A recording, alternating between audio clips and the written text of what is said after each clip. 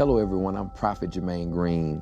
Bonjour à tous, je suis le prophète Jermaine Green. Je veux vous parler aujourd'hui de l'ange Popeye. Attendez une minute, je sais ce que vous pensez. Le nom de l'ange était Popeye, mais je veux vous parler de l'expérience que j'ai vécue avec un ange lorsque je travaillais au restaurant Popeye. Mais avant de faire cela, je veux vous emmener dans un endroit où j'étais à l'époque, où j'étais en fait un prédicateur d'église, pas un prophète. Mais j'opérais à partir du don de prophétie, et cela a été une période difficile pour moi. En fait, je travaillais de longues heures, je n'aimais vraiment pas mon travail.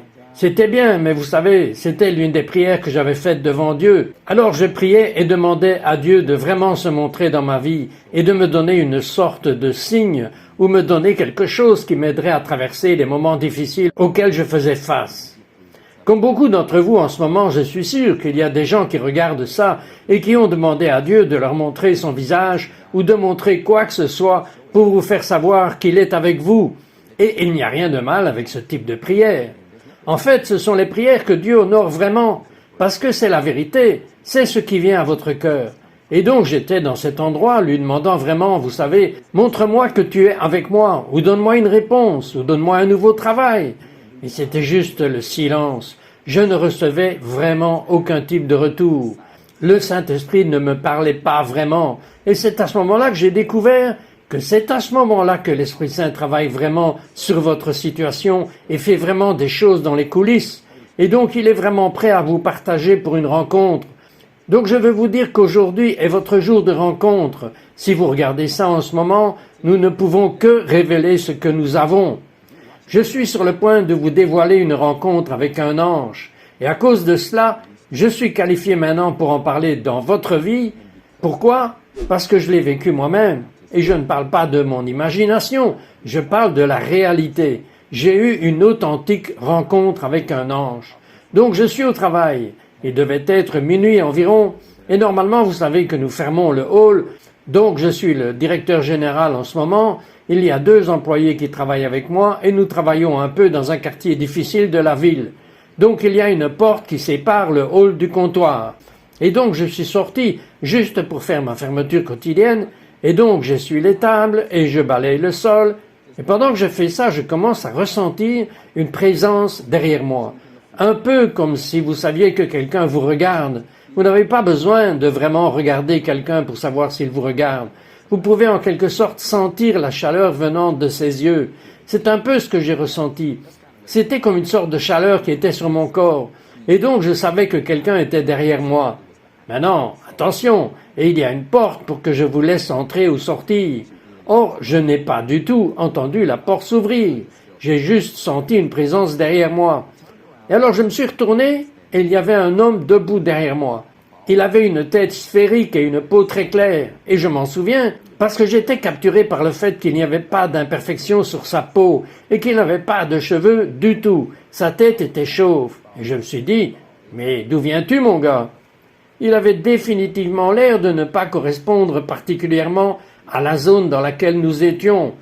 Et donc il portait un costume crème et il portait des chaussures marron. Et ce dont je me souviens, et qui était si important, c'est que si je regardais et fixais le costume de cet homme assez longtemps, il semblait que son costume s'emboîtait dans ses chaussures. Donc je ne sais pas, c'est difficile à expliquer, c'est presque comme s'ils étaient croisés. Et si je clignais les yeux, ils se séparaient. C'est juste une des choses dont je me souviens. Et donc cette personne ou cet homme a commencé à me parler. Et il m'a dit mon nom.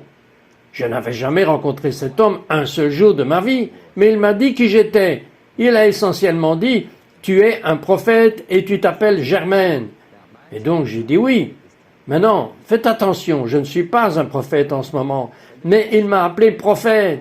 Je dis « Ok, pas de problème ». Puis il a aussi nommé le nom de mon père. Il a dit « Joe Green est le nom de ton père et il est apôtre ». Et à ce moment-là, il n'était qu'un pasteur, il n'était pas apôtre. J'ai dit « Ok ». Je ne connaissais pas cet homme, mais il savait de quoi il parlait. Et donc cet homme a commencé à me dire « J'ai un message que je dois te transmettre et tu ne peux pas oublier ce message. » Et donc je vous le dis à tous, quand il m'a dit ça, j'ai senti quelque chose traverser mon corps, comme si je ne pouvais pas oublier ça.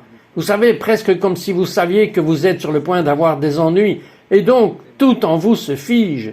Donc j'étais un peu figé quand il a dit cela. Et donc je savais en moi-même que tout ce qu'il s'apprêtait à dire devait être très important. Et puis j'ai regardé l'heure, il était 12 heures quand il a commencé à parler, à libérer le message.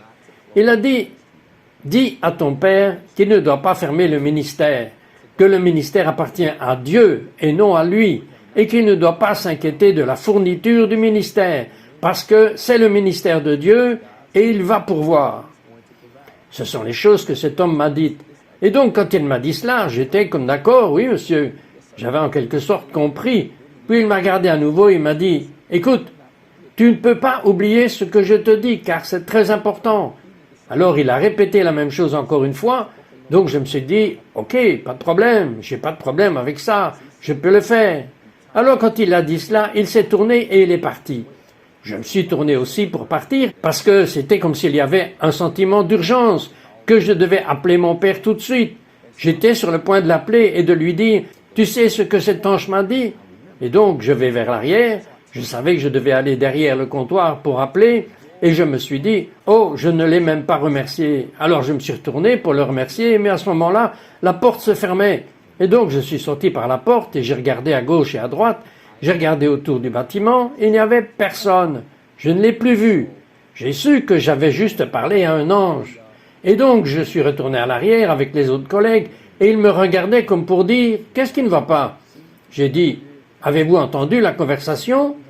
Ils ont dit « Oui, nous vous avons entendu parler tout seul. » J'ai dit « Qu'est-ce que vous voulez dire ?»« J'ai juste une conversation. Vous n'avez pas vu l'homme qui était là, dans le hall ?» Ils ont dit « Non, nous regardions la caméra et nous vous avons vu parler tout seul. » Vous devez savoir qu'il y avait des caméras de sécurité à l'arrière du comptoir et qu'ils regardaient tous les deux la caméra en se demandant pourquoi je me parlais à moi-même. Alors ils n'ont même pas vu l'ange du tout. Je veux m'arrêter là pour que vous compreniez que les rencontres angéliques ou les rencontres avec Dieu, normalement, ne se présenteront que quand il n'y a que vous et lui. Maintenant, ils étaient là, mais ils ne pouvaient pas voir ce que j'ai vu. Mais je sais ce que j'ai vu, je ne suis pas fou. Donc, de toute façon, une fois que j'ai eu cette conversation avec eux, j'ai décroché le téléphone, j'ai appelé mes parents et ils n'ont pas décroché le téléphone. Oh, au fait, je dois vous dire, John Greed est mon père et il est aussi mon pasteur. Et donc, je l'ai appelé au téléphone pour essayer de l'avoir, mais personne n'a répondu. Et donc, je savais que nous devions nous dépêcher et fermer cette entreprise parce que j'avais du travail à faire, je devais aller leur dire ce que cet ange avait dit. Parce qu'à ce moment-là, j'étais impressionné, parce que je n'arrivais pas à croire que je venais de rencontrer un ange. Et ce qui était fou pour moi, c'est qu'il était un homme. Il ressemblait à un homme. Il n'avait pas de plumes et il n'y avait pas de lumière vive ou quelque chose comme ça.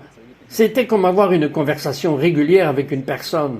Et donc comprendre que, je ne le savais pas à l'époque, mais j'ai découvert plus tard que les anges peuvent venir sous la forme de personnes.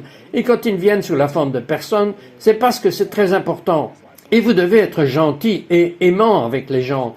Et vous assurez également que vous êtes dans un endroit où vous pouvez aider les gens et ne refusez pas les gens si vous pouvez les aider parce que vous ne savez jamais que vous auriez pu rencontrer un ange. Et donc j'ai eu cette rencontre avec cet ange.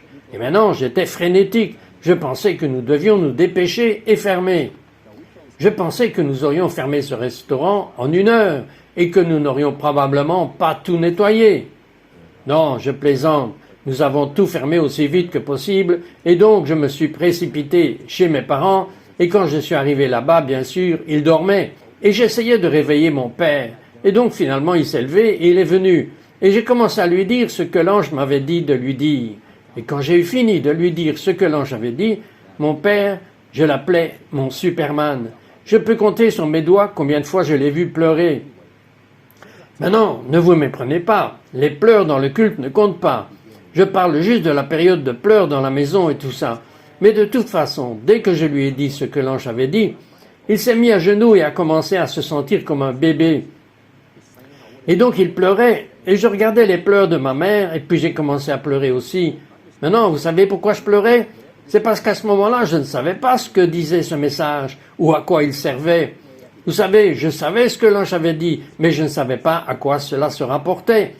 Et donc cela m'a ému parce qu'il était à genoux en train de pleurer. Et tout de suite, après avoir fini de pleurer, il s'est levé, il m'a regardé et il m'a dit que la nuit précédente, il avait dit à Dieu à genoux qu'il démissionnait de son poste de pasteur, qu'il allait fermer les portes de l'église parce qu'il avait prié Dieu pour lui demander des provisions et que rien ne venait.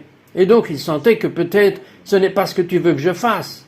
Alors il a eu une rencontre angélique à travers moi, une parole angélique pour l'aider à changer sa vie. Maintenant, 28 ans plus tard, il est toujours pasteur et il est l'apôtre maintenant que l'ange avait vu quand il était pasteur. Maintenant, je veux vous dire quelque chose. À tous les dirigeants qui regardent cela, ne soyez pas préoccupés par ce que vous n'avez pas si Dieu vous a appelé. Il a tout ce dont vous avez besoin pour que votre ministère prospère ou que votre ministère réussisse. Je crois que parfois nous sommes tellement impliqués dans notre travail que nous commençons à nous en approprier en oubliant que c'est Dieu qui vous a appelé. Donc c'est son ministère, pas le vôtre. Vous devez comprendre, vous, les leaders, que ce n'est pas le moment d'arrêter. Il est temps pour vous de divorcer de vous-même. Il est temps pour vous de sortir de l'équation et de placer Dieu où il doit être.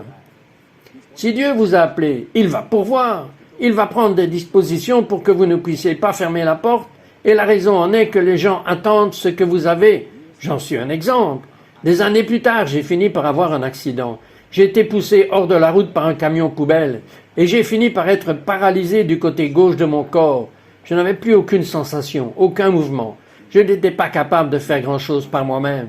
Je pouvais faire certaines choses avec mon côté droit, mais mon côté gauche était juste, vous savez, mort. Et cela étant dit, j'étais confiné dans un fauteuil roulant.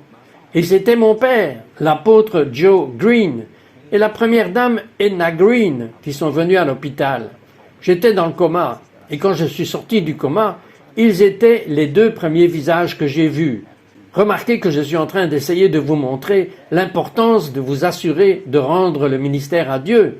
Car si mon père avait démissionné, il n'aurait pas été là pour m'encourager quand j'ai ouvert les yeux. L'histoire ne s'arrête pas là. J'ai fini par être guéri le dimanche de Pâques 2007, le dimanche de la résurrection 2007. Et donc, ceci étant dit, nous étions au service, et vous savez, je suis un ministre, je prêche. Et au moment où l'apôtre John Green a dit « Bonjour », il m'a dit « Viens, je veux que tu fasses la bénédiction ». Alors j'ai pris le micro, et quand j'ai eu le micro, j'ai commencé à prier. Et pendant que je commençais à prier, le Saint-Esprit a commencé à envahir la prière, et le Saint-Esprit a commencé à travailler ma bouche. Et donc certaines des choses qu'il m'a dites, c'est qu'il a dit que j'étais sur le point de voir un miracle, que j'étais sur le point de libérer un miracle au milieu de ce service. Si nous parvenons à un accord, il a dit « J'entrerai au milieu et je vais déclencher un miracle maintenant ». C'est ce que Dieu m'a dit de leur dire. Et donc nous avons tous loué Dieu. Et maintenant, ça devient un peu flou ici, parce qu'après avoir commencé à prier, mes parents étaient au premier rang et ils ont dit qu'une fois que j'ai eu dit cela, j'ai sauté du fauteuil roulant. J'ai marché dans l'allée du milieu et à chaque rangée que je commençais à dépasser, les gens commençaient à tomber sous la gloire de Dieu. Maintenant, si le pasteur Green avait pris la décision de fermer ses portes, je serais probablement encore confiné dans un fauteuil roulant. C'est pourquoi il est si important de comprendre que si Dieu vous a appelé, il est déjà devant vous et vous ne savez pas vraiment à qui vous êtes connecté, ni vers quelle vie Dieu va vous permettre de changer. J'étais dans le ministère que Dieu a donné à l'apôtre Joe Green lorsque j'ai reçu mon miracle. De nombreux signes et miracles ont été faits dans son ministère. Donc je veux vous encourager et vous faire savoir, non seulement aux dirigeants, mais à n'importe qui, que si Dieu vous a donné quelque chose à faire, ne vous découragez pas. Ne jetez pas la serviette. Faites-lui confiance. Il va vous donner ce dont vous avez besoin, parce que les miracles, les signes et les prodiges suivent ceux qui croient. Et vous ne comprenez pas que ce que vous portez peut potentiellement changer la vie de quelqu'un.